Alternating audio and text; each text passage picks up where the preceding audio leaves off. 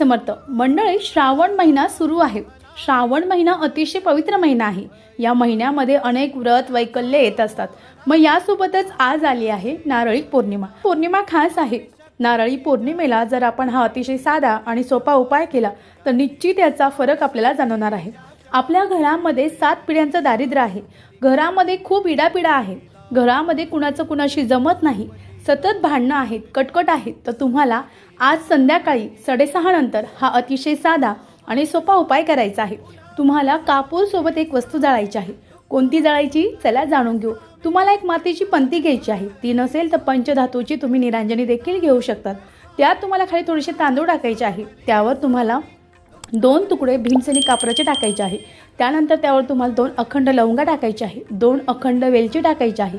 त्यानंतर 1 तमालपत्र आणि 1 दालचिनीचा तुकडा टाकायचा आहे आणि त्यावर शुद्ध गायचं थोडंसं तूप टाकायचं आहे आणि ते तुम्हाला तुमच्या मुख्य दाराच्या समोर किंवा उंबरठ्यावर लावायचं आहे आणि त्यावेळेस तुम्हाला घरामध्ये श्री सूक्त मोठ्या आवाजात लावायचं आहे।